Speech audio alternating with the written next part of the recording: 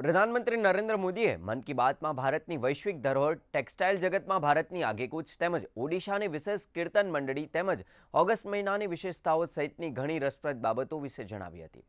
તે અંગે જોઈએ એક વિશેષ અહેવાલ. પ્રધાનમંત્રી નરેન્દ્ર મોદીએ ઇન્સ્પાયર માનક અભિયાનનો ઉલ્લેખ કર્યો હતો. આ બાળકોમાં ઇનોવેશનને પ્રોત્સાહન આપવા માટેનું અભિયાન છે.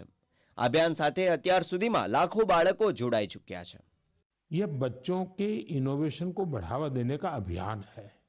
इसमें हर स्कूल से 5 बच्चे चुने जाते हैं।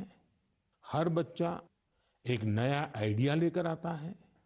इससे अब तक लाखों बच्चे जुड़ चुके हैं और चंद्रयान 3 के बाद तो इनकी संख्या दोगुनी हो गई है।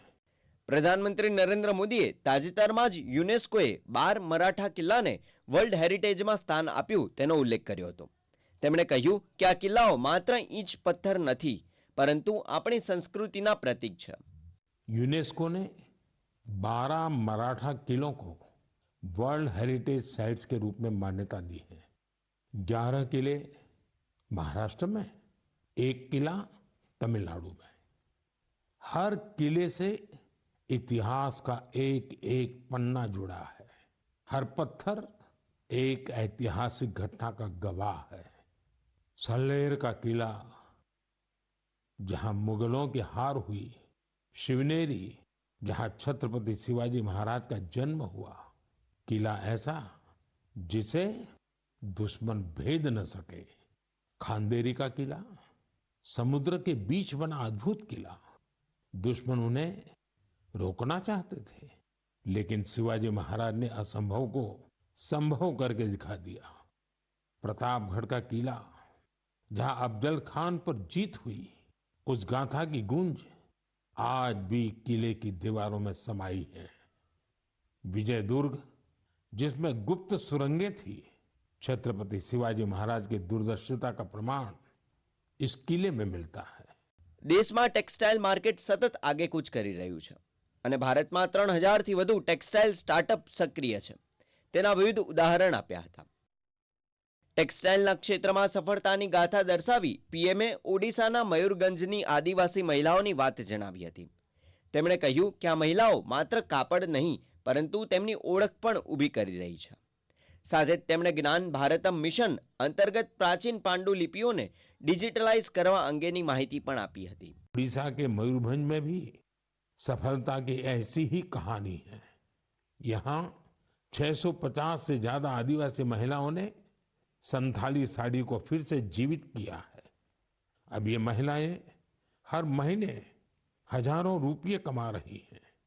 ये सिर्फ कपड़ा नहीं बना रही, अपनी पहचान गढ़ रही है।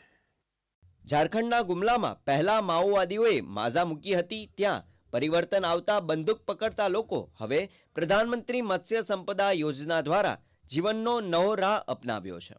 ओम प्रकाश साहू जी नाम के एक युवक ने हिंसा का रास्ता छोड़ दिया। उन्होंने मछली पालन शुरू किया, फिर अपने जैसे कई साथियों को भी इसके लिए प्रेरित किया। उनके इस प्रयास का असर भी हुआ। जो पहले बंदूक थामे हुए थे, अब मछली पकड़ने वाला जाल थाम चुके हैं। साथियों, ओम प्रकाश साहू जी की शुरुआत आसान नहीं थी। विरोध हुआ, धमकियां मिली, लेकिन हौसला नहीं टूटा। जब प्रधानमंत्री मत्स्य संपदा योजना आई तो उन्हें नई ताकत मिली, सरकार से ट्रेनिंग मिली, तालाब बनाने में मदद मिली और देखते देखते गुमला में मत्स्य क्रांति का सूत्रपात हो गया. સાથે જ તેમણે ઓડિશાના ક્યોંઝરની પર્યાવરણના કીર્તનો ગાતી રાધાકૃષ્ણ સંકીર્તન મંડળીનો અને કાઝીરંગા નેશનલ પાર્કમાં જોવા મળતા પક્ષીઓની વિવિધ પ્રજાતિનો પણ ઉલ્લેખ કર્યો હતો.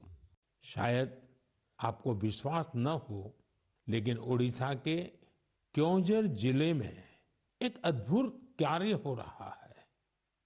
यहाँ राधा कृष्ण संकीर्तन मंडली नाम की एक टोली है। भक्ति के साथ साथ ये टोली आज पर्यावरण संरक्षण का भी मंत्र जप रही है।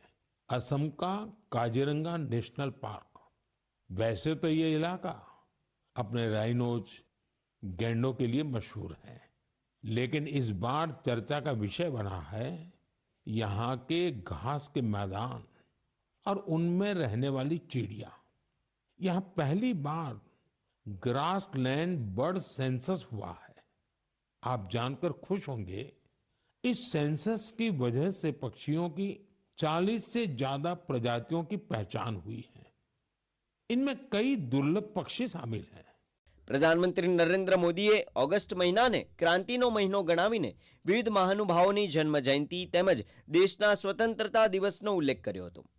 સાથે જ ઓગસ્ટમાં આવતા રક્ષાબંધન, જન્માષ્ટમી સહિતના તહેવારોની શુભેચ્છાઓ પણ પાઠવી હતી. દૂરદર્શન સમાચાર, અમદાવાદ.